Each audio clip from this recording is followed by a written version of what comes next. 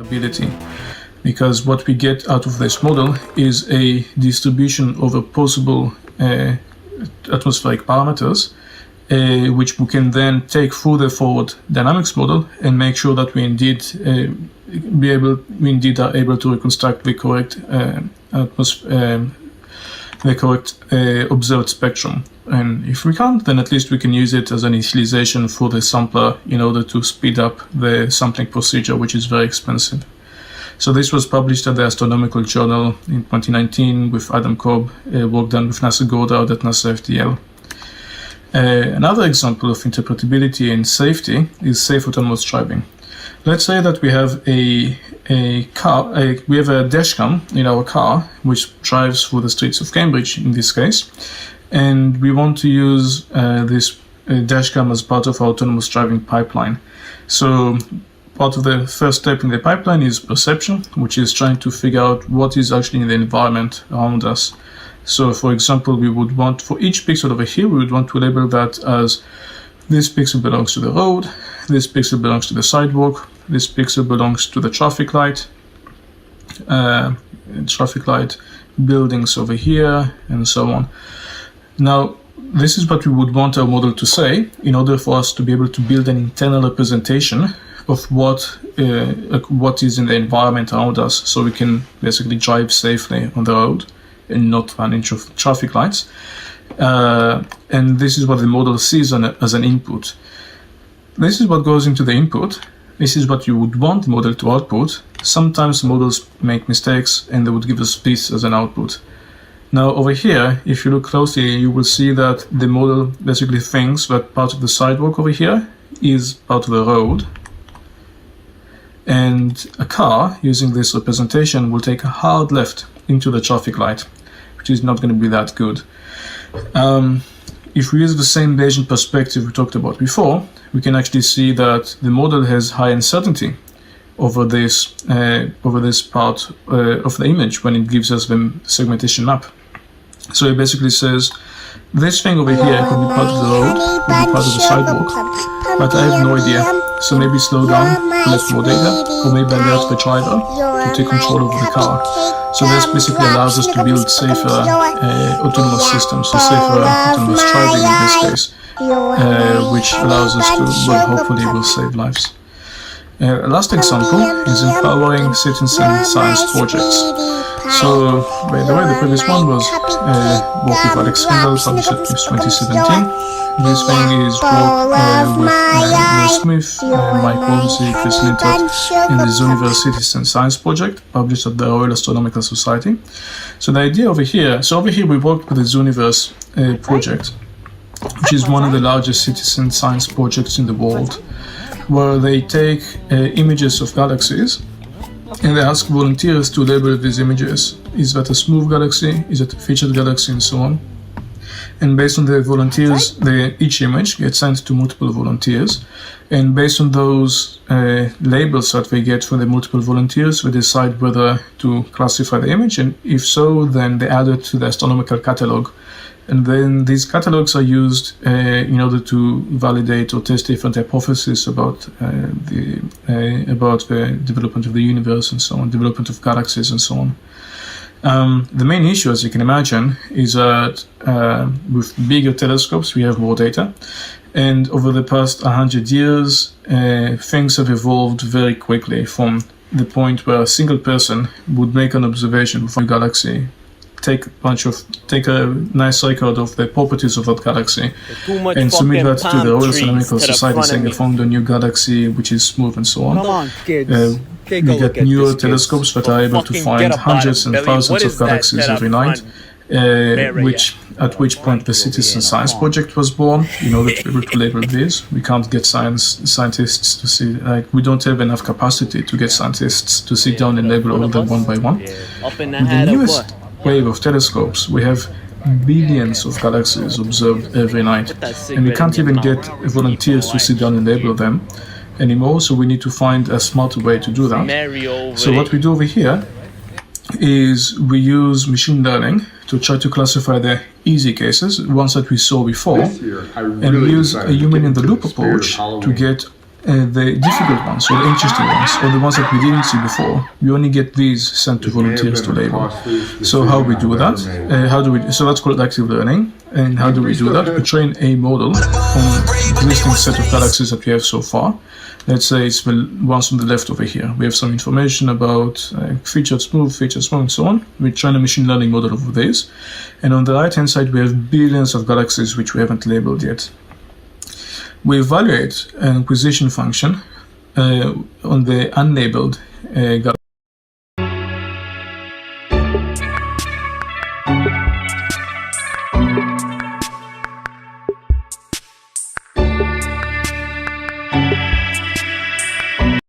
Which ones of those galaxies, if we try to predict, the model will tell us, I don't know. Like in the first example that we saw with the CO2 levels in Mauna Loa, Hawaii. And then we're going to take only the galaxies with the highest uncertainty, and we're going to ask the volunteers to label only those points with the highest uncertainty. We're going to add them. We're going to move them from the right-hand side to the training set. I'm going to increase the training set size with the volunteer labels. We're going to update the model on the larger training set size, and then we're going to repeat the process. We're going to go over the unlabeled images again. We're going to ask the model, find the ones that you're most uncertain or most confused about again. I talked only about a couple of examples of where we use uncertainty in deep learning, or what we call basically the field-based deep learning. There's so much more. There's causal inference, going beyond correlations. Recent work, we looked at how do we combine causal inference with these tools of talking about being able to know when we don't know. There's generative models and AI scale. There's real-time interpretability and so much more. Thank you for listening.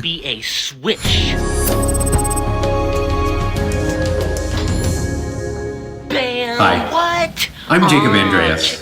I'm an assistant professor at MIT, and I'm very honored to be participating in the Samsung AI Forum as a recipient of the AI Researcher of the Year award. I mostly work on natural language processing, but what I wanted to talk about today is using language as a tool for training machine learning models, not just in natural language processing, but actually across application areas of AI. And I want to start with a very big question, which is the question of how people learn. One of the distinguishing features of human cognition is the ease with which we learn new skills and concepts. And we do this in a number of different ways. When we're lying in the crib, before we can even control our environments, we learn just to compress what we've seen and to predict what's going to happen next. Once we gain the ability to interact with our environment, we learn a huge amount from interaction, from exploration and trial and error. Once we understand our social environment, we can learn via paying attention to our teachers, via explicit labeling and demonstration from other people. And finally, once we have it, we can learn from language. And it's the last of these that I really want to focus on today. The number of things that we can learn about the world from language is enormous, both factual knowledge and procedures, and even information that extends our language, our knowledge of language itself. Most of us learn the things that got us to this forum today by listening to lectures, or by reading books, or by talking to colleagues. It's of course very difficult to get to the point where we can do this, and our ability to do so relies on all of these other kinds of learning. But once we learn language, we can use it to learn all these other really complicated skills. And the ability to learn from language is one of the key things that separates us from all of the other learning systems that nature has ever produced. I can get 2 signing up bonuses with 1 buy It also separates us from most of the learning systems that humans have ever produced. Gallon of water. All of the other categories that we had on this previous slide are sort of major overarching topics in machine learning research that are the subject of their own textbooks, of conferences, etc. Except for this point on the right of the slide. And so what I'm going to be talking about today is a couple of first steps that we can take towards making language a first-class approach for training intelligent systems, just like all of these other ones are. Hello, Georgie. Now, first off, why has it taken us longer to get to natural language supervision than all of these other things? The main reason is that there's a bunch of other skills that you need in order to start learning from language, of which I want to highlight 2. The first of those is, unsurprisingly, the ability to understand language, to know what words mean and how they fit together.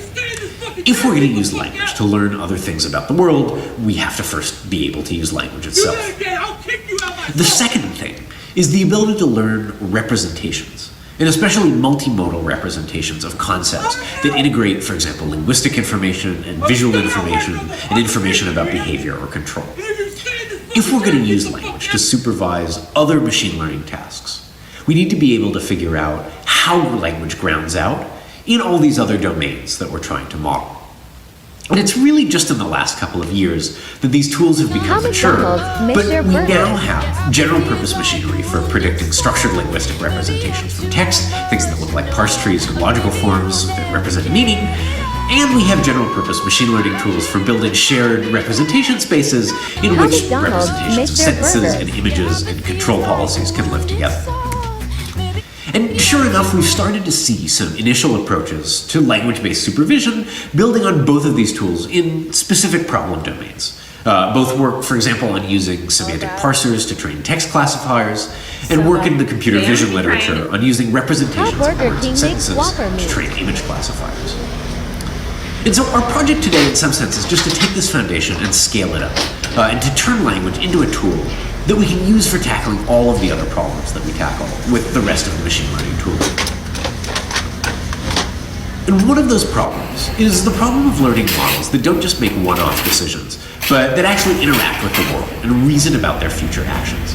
This shows up everywhere from dialogue systems to robotics. So we're going to start by looking at a technique for using language to learn reusable skills for planning and acting in the world. In addition to decision-making, another core problem in artificial intelligence is the following. Given only noisy observations of what the world looks like, can we actually figure out the rules governing the process that generated those observations, the rules that underlie the world?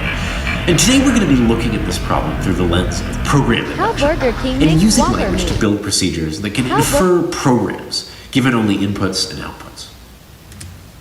Finally, if we really want to reproduce all of the tools that humans use for learning from language, we need to give our learners the ability to generate language too, to describe their current understanding of problems, to ask questions, and so on. And so we'll conclude with some very first steps in this direction, specifically about getting models to generate natural language descriptions of the features that they've learned. And let's just dive into this, starting with the problem of learning skills from demonstrations. Now, we briefly showed a picture of a cookbook before, and cooking is a sort of canonical example of a family of skills that we learn, at least in part, from natural language guidance, right, from recipes and cookbooks. And if we're going to do big, complicated things like cooking in the real world, we need to start with even simpler tasks in household environments, finding our way around, manipulating objects, interacting with appliances and containers, and so on. And so here's an example from the Alfred environment, which is a recently released simulation environment designed to do exactly that. Alfred tasks involve, picking up objects in kitchens, doing things like cleaning them or heating them while moving around in realistic household environments. Hey. But even very simple tasks, like the one we just looked at, have a lot of moving parts. I'm proud of you. At the very lowest level, they require agents to be able to recognize objects, to plan paths between visible locations, and so on. And at the very highest level, they require agents to reason about the long-term consequences of those low-level actions. Even a task as innocuous as put the knife in the drawer requires finding a knife and grasping it, and then finding a drawer and opening it, and then setting the knife down, and then closing the drawer. Hey guys, welcome back to Day 28. Trying to some comments first. And this is a real challenge for modern machine learning tools. If we don't try to explicitly model any of this high-level structure, and say we just go out and collect 10,000 demonstrations and train some deep network policy to map directly from high-level goals like getting the knife in the drawer and observations into these low-level actions, this actually doesn't work at all.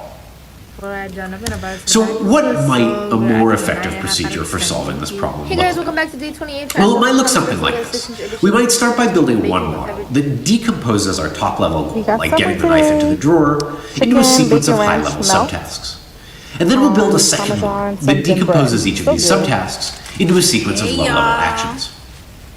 And sure enough, there's a huge literature on agent architectures that work this way. But they all require a lot of work to actually get set up.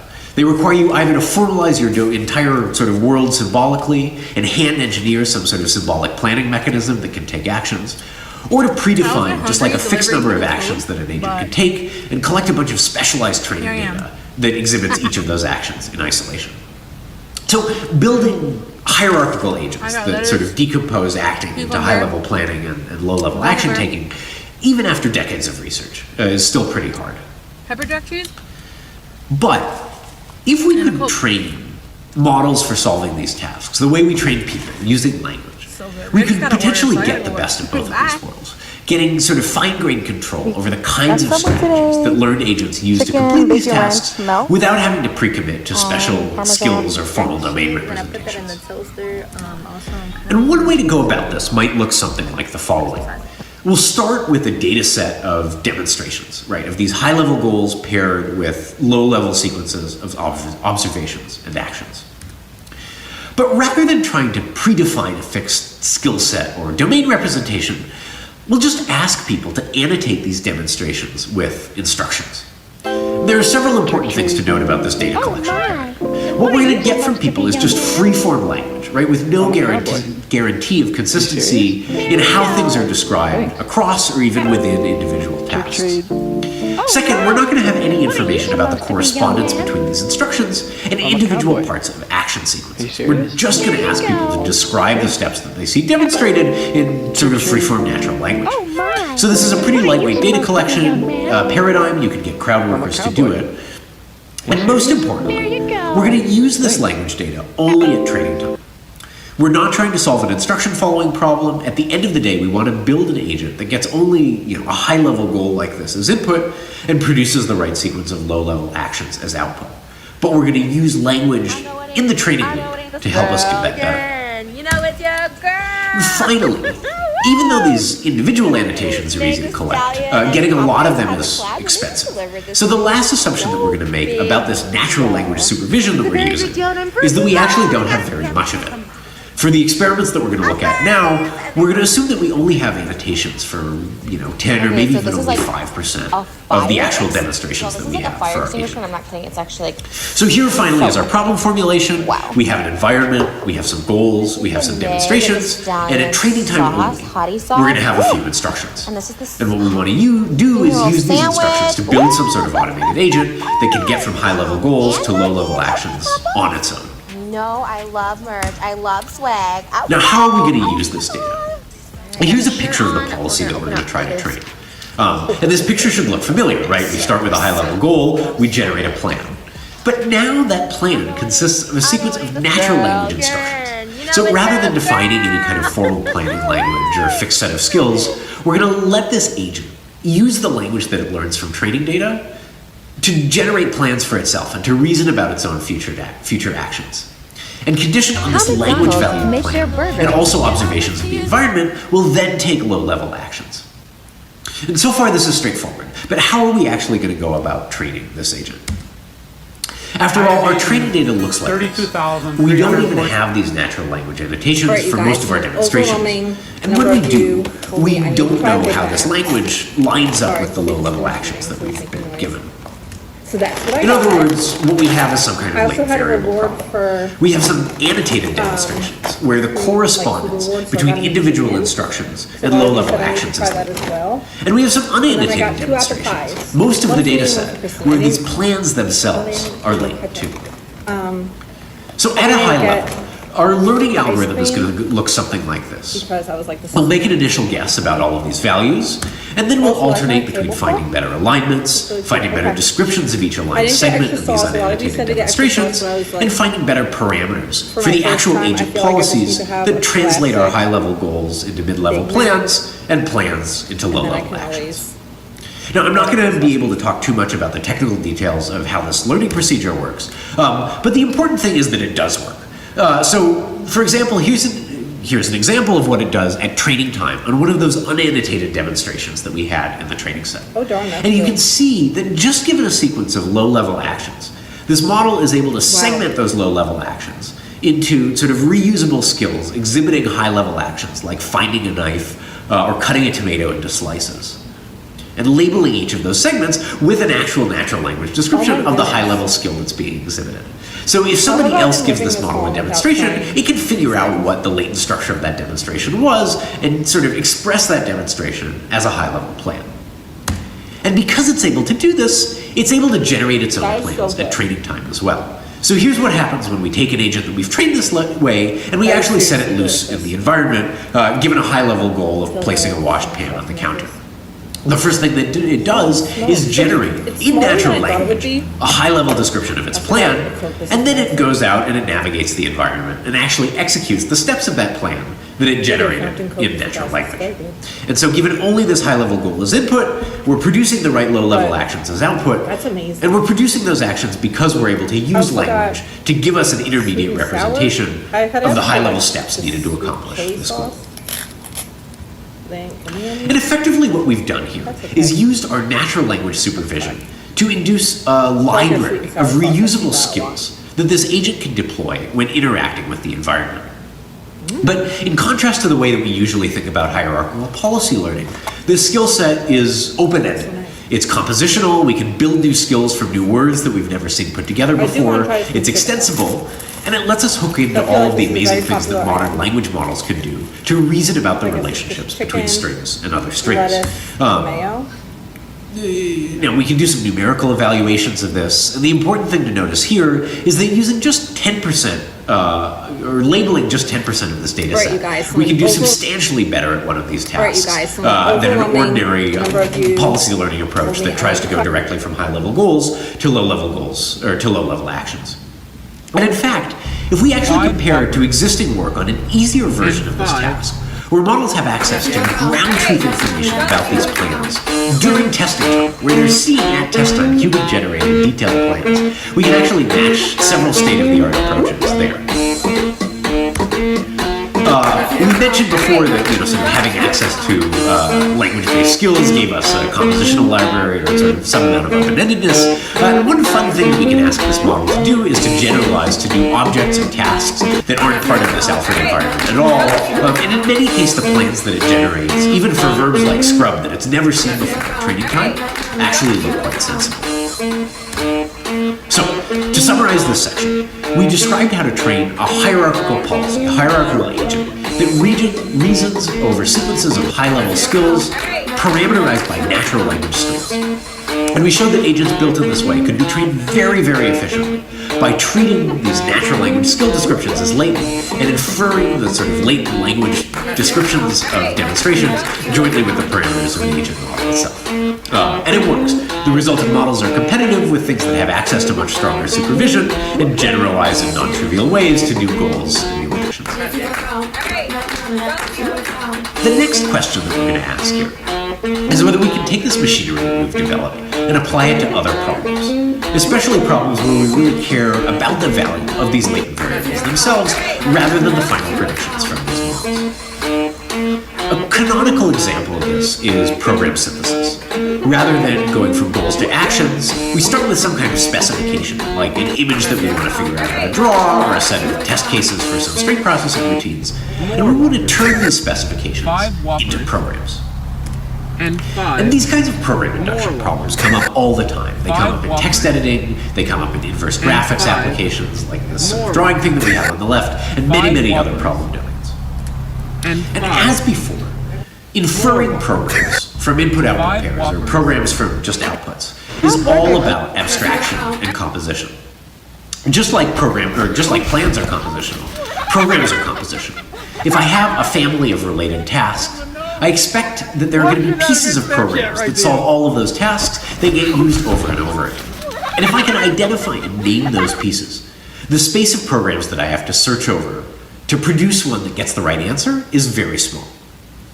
And the state of the field of program synthesis is actually very similar to hierarchical policy learning. There are things that work well if you carefully design a domain-specific programming language, and things that work sort of okay in a fully unsupervised way, starting from a very low-level programming language. But there aren't good procedures for automating the discovery of reusable functions, like the functions that we've labeled F1 and F2 on this slide, that align with the abstractions that humans actually use when humans write computer programs. But, as before, The human-like abstractions, the sort of functions that humans tend to generate when they write programs, are exactly those things that tend to get names in natural language. Right? If we think about how a programmer might write programs to generate each of these shapes that we're looking at on the slide, they might start by defining a kind of pinwheel function and then an end-run drawing function. And both of these are things that we know are useful because they already have names in natural language. So language can again provide lightweight, distant supervision about the compositional structure of the world. That's exactly the compositional structure that we want to infer for programs. Steal your money. I'm here to close my account. We can tackle this program induction problem using a model that looks very similar to the one that we used for the previous task. I'm here to close my account. We imagine that our natural language annotations are going to give rise to reusable program fragments via unobserved alignments between language and pieces of programs, and that will then execute these composed programs to produce the outputs that we observe. Well, we charge you every month if you have less One very important difference between this program induction problem and the previous problem is that we're going to observe only the outputs. These programs are actually the things that we're trying to infer. And even at training time, we're going to assume that we don't have access to any ground truth programs. This is sort of the defining feature of program synthesis and other latent variable problems. And it means that we have one more variable to deal with here, namely the programs themselves, when we actually try to go about training this model. Nevertheless, the high-level structure of our learning algorithm is going to be basically the same. We're going to make some initial guesses about what these programs are, about the correspondences between programs and language, and the sort of probabilistic process by which natural language strings turn into programs, and then we'll just alternate between improving each of these things in turn. We'll fix our programs and try to find better correspondence between language and programs. We'll fix our language and alignments and try to find better programs that solve these tasks, and so on and so forth. And again, what we'll get out is a sort of implicit library that links fragments of the programs that we're inferring to individual words in natural language. So effectively what we're building up is a sort of library of program fragments tagged with natural language descriptions that sort of look like comments describing what those program fragments do. We've evaluated this approach on a bunch of different data sets. I'm just going to show you examples. For one, which are these computer graphics problems that we've been using as running examples so far. And so we have a bunch of natural language annotations generated by real humans for this data set that range, from very simple things like just a big circle to really complicated things like seven-sided snowflake with triangles and lines. And here are some of the examples of the kinds of programs that we can infer that draw these different shapes.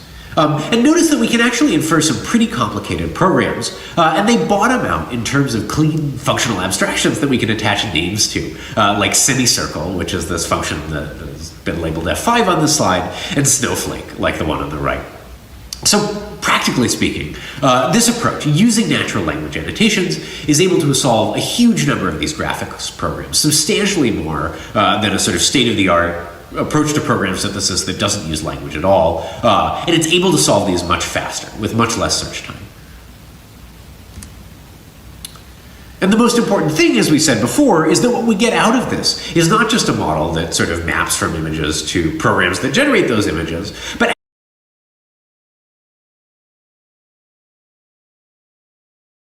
go through all